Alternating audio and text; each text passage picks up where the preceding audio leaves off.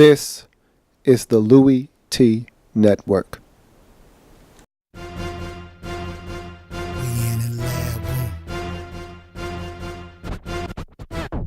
Man, I love some football. Man, I love some football. My favorite week is week 1, cause I'm watching football. First comes the preseason, and I don't take a day off. And then it gets even better when your team makes the playoffs. 32 teams go hard for one thing. They work for one thing. That Super Bowl ring. 32 teams go hard for one thing. They work for one thing. That Super Bowl ring.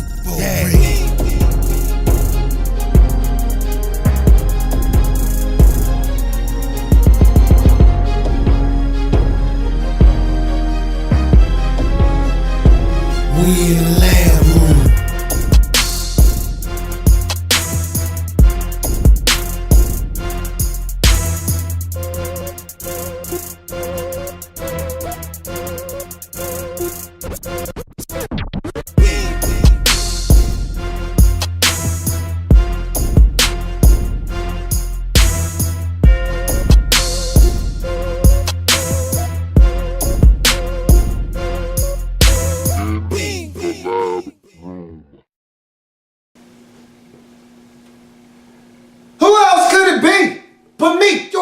Louie T, welcome. You are in the lab room. Of course, I am your host, Lou. Thank you for joining me. Week number 17 in the National Football League.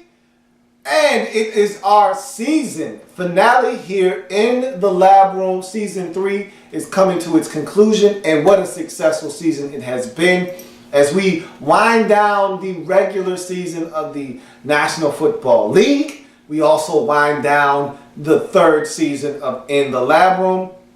And I must say, it has been a blast doing this each and every single week.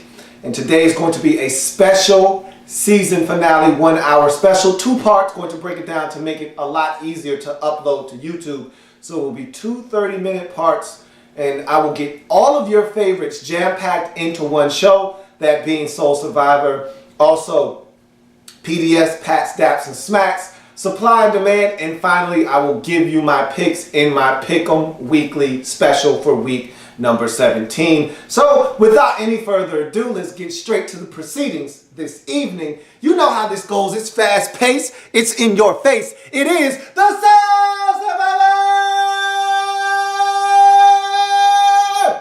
of week number 17 in the National Football League. A very tricky week 17 indeed. Now, as you know, it's all family business in week 17, so this is going to be extremely quick. And when I say quick, I mean blink of an eye quick. So, here we go.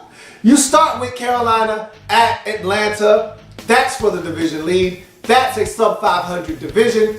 No. You go to Green Bay hosting Detroit. That's for the division. 2 11-win teams? Are you kidding me?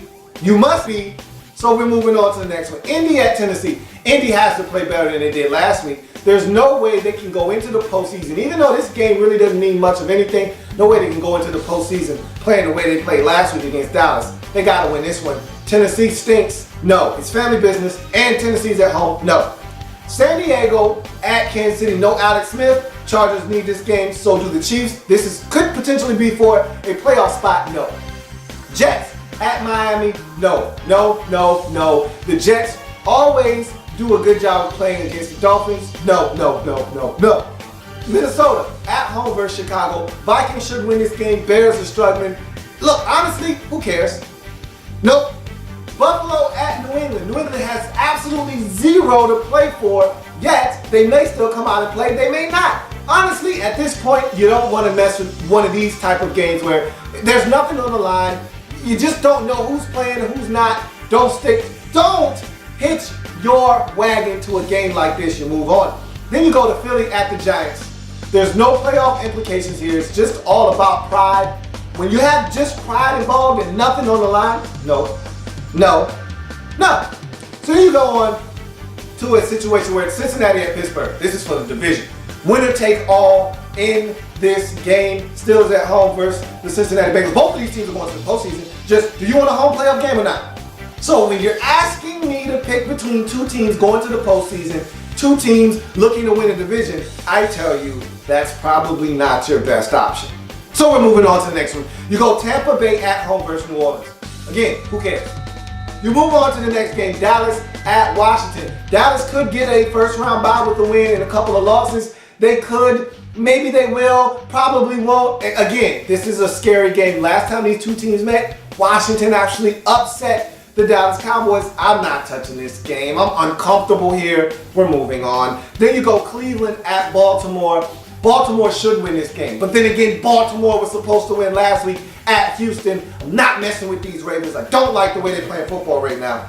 I'm going to the next game, which finds us in Houston, where the Jacksonville Jaguars will be traveling to take on the Houston Texans. Look, I like what the Texans did last week. That's cute. Case Keenum and his story in Houston, that's cute, man. But also, Jacksonville, they're not trying to hear cute right now. As a matter of fact, they're trying to make it a 2-game winning streak for the first time all year. I'm not touching this one. I'm not. So we're going on to Oakland at Denver. Ding, ding, ding, ding, ding. Now you said to yourself, wait a minute. Didn't Denver just lose on Monday night? Ugly too. I mean, Peyton threw 4 of those boys. 4 of those turnovers through the air. Yeah, he did. One of them was, what comes after 5? Pick 6. Yeah, one of them was a pick 6. It was ugly. I'm not going to lie to you. Didn't the Raiders just win? Didn't they just beat Buffalo? A team that gave Denver all that they could handle at home. Didn't the Raiders just beat those boys? Yes, they did. Didn't the Raiders just win the 3rd straight home game? Yes, they did. Stop though. Pause. Don't be brakes. That was all at home. Raiders haven't won a game on the road all season long. In fact, haven't been close on the road. You probably got to go all the way back to like week 2 or 3 when they barely, or when the Patriots barely escaped with a victory over the Raiders to find a competitive road game these Raiders have been in of late. They've struggled on the road, have the Oakland Raiders, and I'm thinking to myself, you know what? Why can't the Raiders win this game? I'll tell you why the Raiders can't win the game. A, Denver needs this game to clinch a first round bye. Denver needs that first round bye in the worst way. So that's number 1. Number 2, Denver is undefeated at home this season. They get it done at Mile High. That's number 2. Number 3, the Raiders are banged up. Khalil Mack dealing with a hamstring injury. You got the entire secondary in flux. A lot of guys. You got the rookie Keith McGill getting some work this week.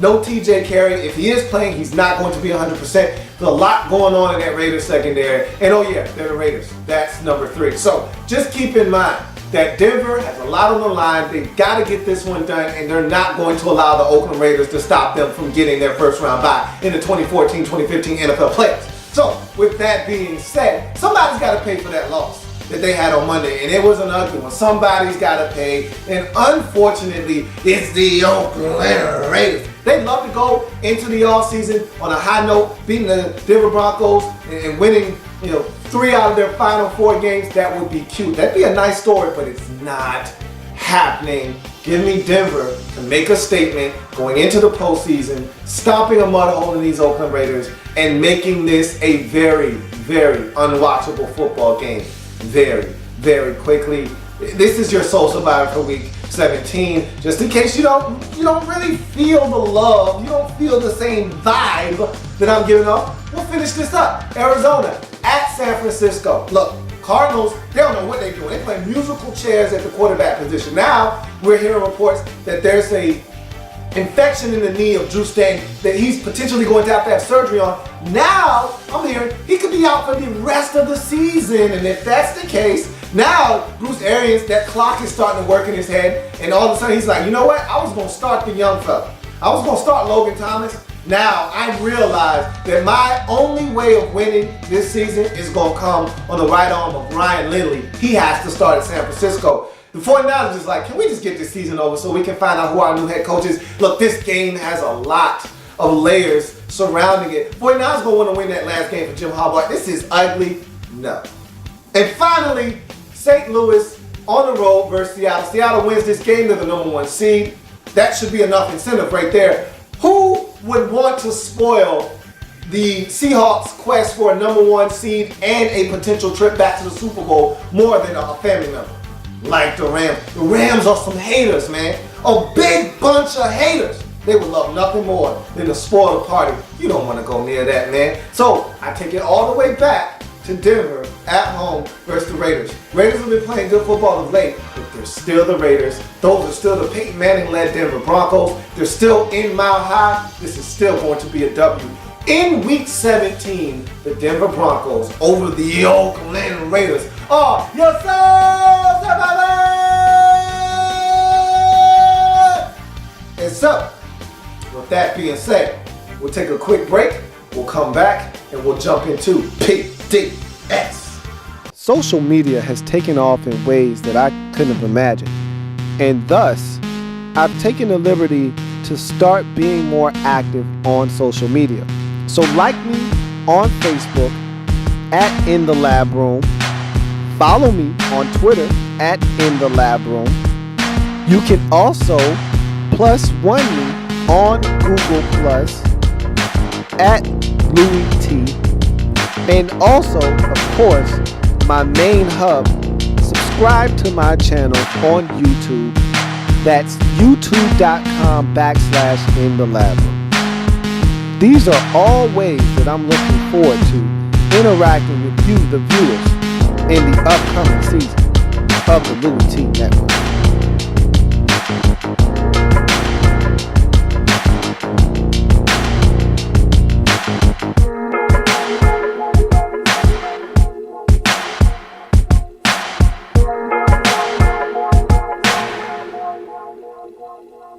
Welcome back to the program as we jump into Pats, Daps, and Snacks here on the Week 17 edition of In the Lab Room.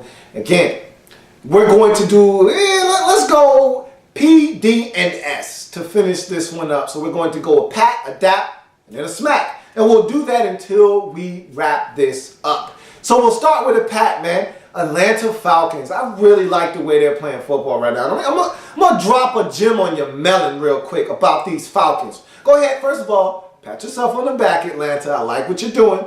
And the reason why I respect the Falcons, despite the record right now that's currently at 6-9, this Falcons team, with a win on Sunday at home versus the Carolina Panthers, will not only make the postseason, not only clinch the NFC South Division, but they'll get a home playoff game. A lot of people opposed to that. I may be one of them as well. If you can't finish over 500, you don't deserve a home playoff game. But they will win this division. And if they win this division, they'll win it with a flawless 6-0 record at home. Now, I'm going to say this real quick. The Falcons are a dangerous team. Here's why. They went on the road and they just disposed of New Orleans, which right now doesn't seem like a big feat. They've lost 5 consecutive games at home, have the Saints, but hey, you still had to go in there and take care of business. That's been a house of horrors for you if you're the Falcons, so that was a huge win against the Saints in New Orleans. Now, that being said, the Falcons, their 2 opponents, most likely in Wild Card Weekend, is either going to be the Arizona Cardinals or the Detroit Lions. Now, if the Lions win against Green Bay in Week 17, that changes the dynamics of everything, and all of a sudden, the opponents will change. But right now, we're going off the assumption that Green Bay takes care of business, and Arizona isn't able to win the division because Seattle takes care of business. Now, let's just go off of those assumptions, and your 2 wild cards are the Cardinals and the Lions. Look, the Cardinals lost to this Falcons team in Atlanta already, so we already know that the Falcons can beat the Cardinals. They've done it already. And the Detroit Lions, the Falcons were up 21-0 on these same Lions in London, and if they get a home playoff game against them, that was some bad clock management late in the game by Mike Smith.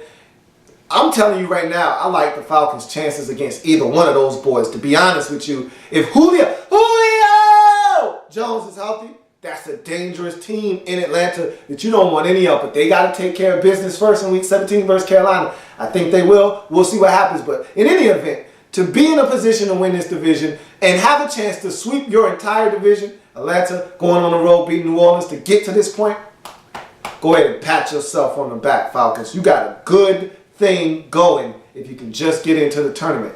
All bets are off. You look at the New York Football Giants, the G-Men.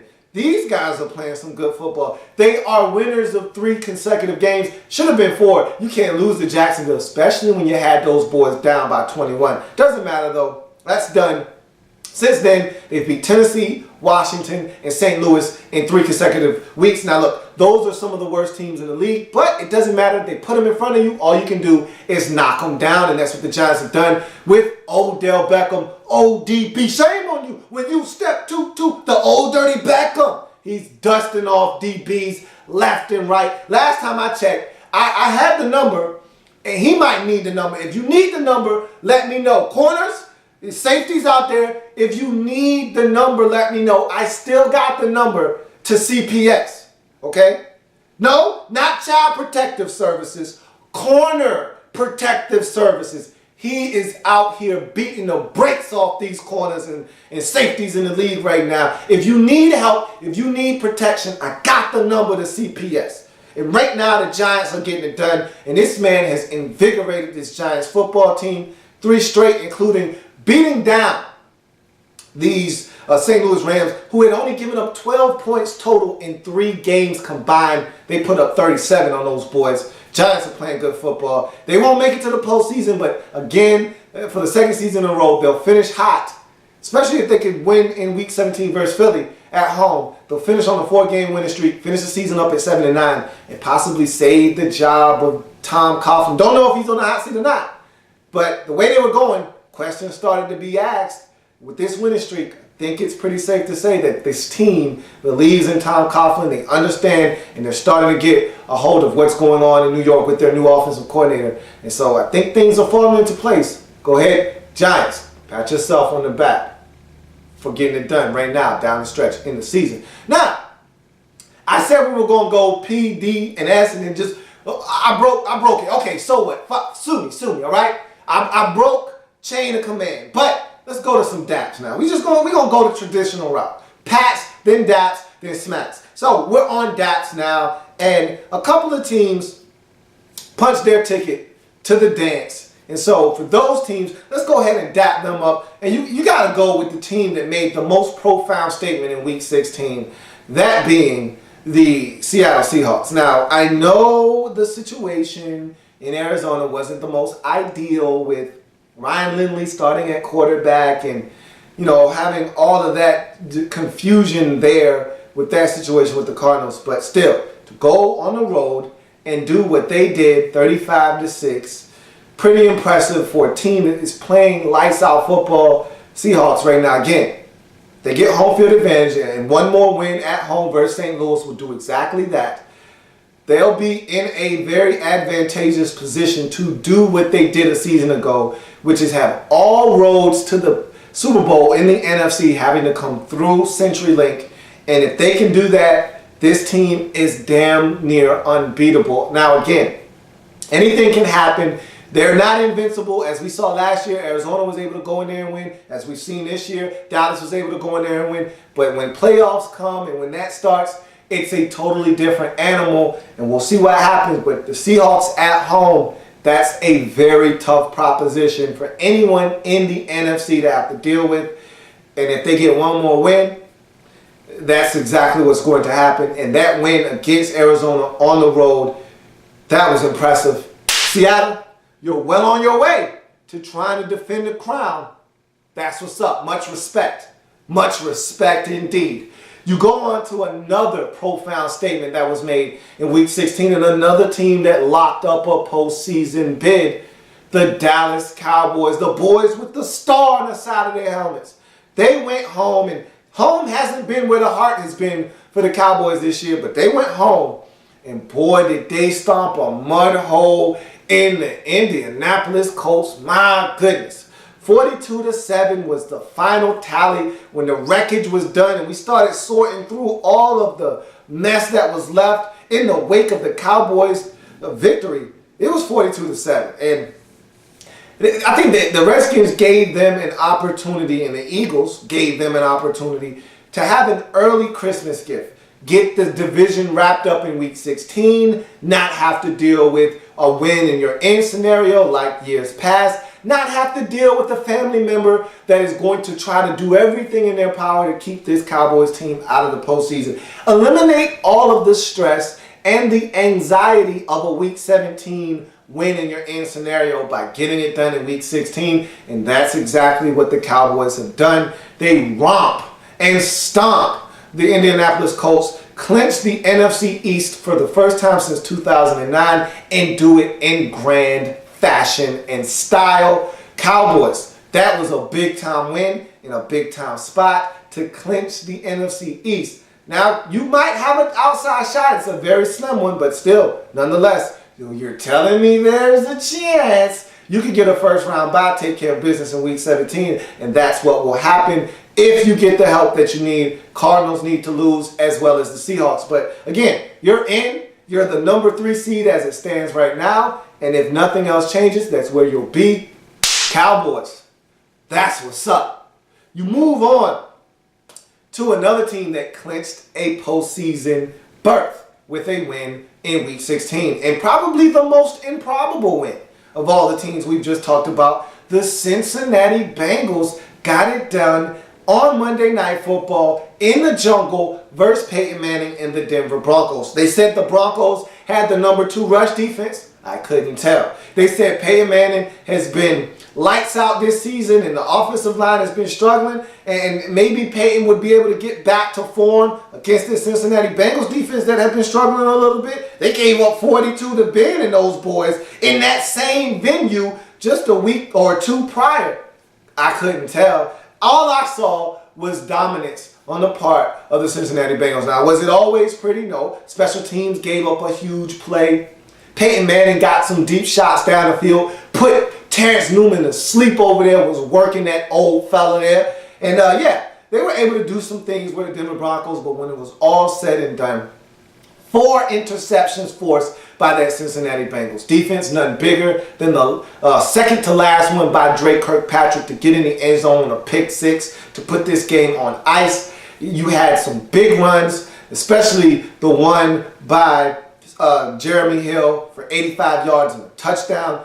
Andy Dalton stayed out of the way, allowed the teammates around him to win this football game, and so the Cincinnati Bengals got it done 37-28, clinched a playoff berth, and now in Week 17 they've got a shot to not only clinch that playoff berth that they've already done, but take it a step further, win a division, get a home playoff game, and if things go their way, meaning a Denver Broncos loss, they could find themselves with the first round bye. Hey, I don't want to talk crazy, okay? A lot has to happen for that to happen, because first, you got to take care of business in Pittsburgh against a Steelers team that's playing good football that has already beaten you this season. That's a tough task in itself. Don't ask anybody else for help. Don't ask the Raiders to take care of Denver for you to give you a chance to get a first round bye. Just beat Pittsburgh and let the chips fall where they may. But either way, that win against Denver in the jungle. Welcome to the jungle. We got fun and games. That was impressive and Dap worthy, man. Way to go, Cincinnati. I'm still not on the bandwagon, but that was impressive nonetheless. You jump to a couple of teams that kept their postseason hopes alive with wins in Week 16. You start with the Houston Texans. My goodness, what a job Bill O'Brien has done with this group. Again, when the season started, I gave this team 5 wins max. I said this is a 5-win team, and to be honest with you, I thought this was more like a 3-win team. And I said, despite all of the elite stuff, J.J. Watt, Arian Foster, the one and only DRE, besides all of the elite stuff they had, despite having that, this team lacked that one position that's going to get you over the hump in this league. And I said, yeah, I know you play in one of the worst divisions in all of football, so if you take care of business, you should be able to get 2 wins from Tennessee, 2 wins from Jacksonville. That's 4 right there. You're going to slip up, and a couple of teams are going to slip up against you. You're going to win some games maybe you're not supposed to, and you might even sneak Indy once. So that's why I said they'll probably get to 5 or 6 if they're lucky. To be at 8-7 in Week 17 with a chance to still go to the postseason, you need some help. Still, the fact that we're even having this discussion, the Texans, just for the season that they've had, forget about what happens in Week 17, because this team isn't going to the postseason, but forget about that. Forget about all of the things that they need to have transpire. Because it's not that far-fetched, to be honest. But with Kansas City losing Alex Smith and the Chargers having a golden opportunity to take care of business there with Chase Daniel stepping into the lineup, I like San Diego's chances, but it doesn't matter. The fact that we're even having this discussion, Texans deserve some red hand, hurt your hand, serious Louie T. Daps. These boys shouldn't even be here. They beat Baltimore with a practice squad player that wasn't even on their roster 2 weeks ago. They beat Baltimore. Turned Joe Flacco into a has-been, a never was-been. Now that's a Super Bowl winning quarterback we're talking about. They reduced him to next to nothing. Got themselves a win with a dude that wasn't even on the roster 2 weeks ago. That's big boy football. If that isn't big boy football, I don't know what is. Let me dap the Texans up again. Now, I don't know what the future holds for you. You still need help at the quarterback position, but to get 8 wins out of this roster, you squeeze the rag dry. And I'm here to tell you, there's not another drop in the rag. You got as many wins as you were supposed to out of the way this team was constructed. Good for you, Bill O'Brien. Good for you. You're going to get one more win, too. You got a 9th win coming your way. Probably won't be enough. But again, you've squeezed this rag dry. And I'm here to tell you, I didn't think there were 9 wins in that rag that you just squeezed. But you squeezed the rag and you got every single win out of that rag that you possibly could. Big ups to the Houston Texans. And finally, the San Diego Superchargers saved their season with an improbable come-from-behind victory on Saturday night in Week 16. They were getting drubbed in that game. The score at the half was 21-7. And it didn't look good. It was 28-7 in the second half. It did not look good for this Chargers team, but somehow, some way, they were able to rally back, tie this game up, get it to overtime, and win with a field goal in the extra frame. This Chargers team has always been a resilient bunch led by one Phillip Rivers.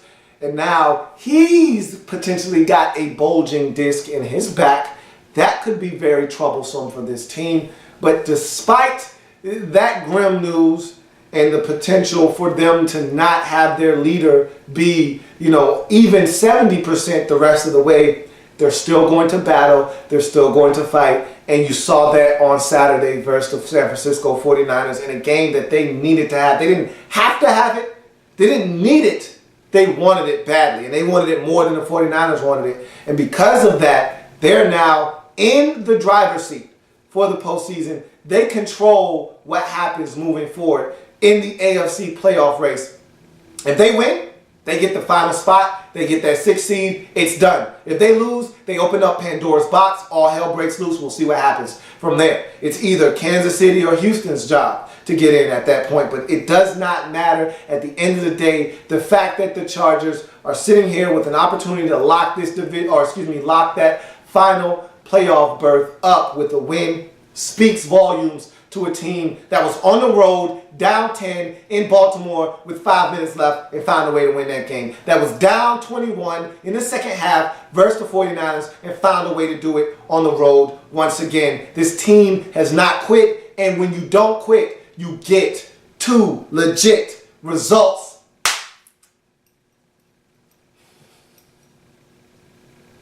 That's what I'm talking about. That's what I'm talking about. San Diego Superchargers.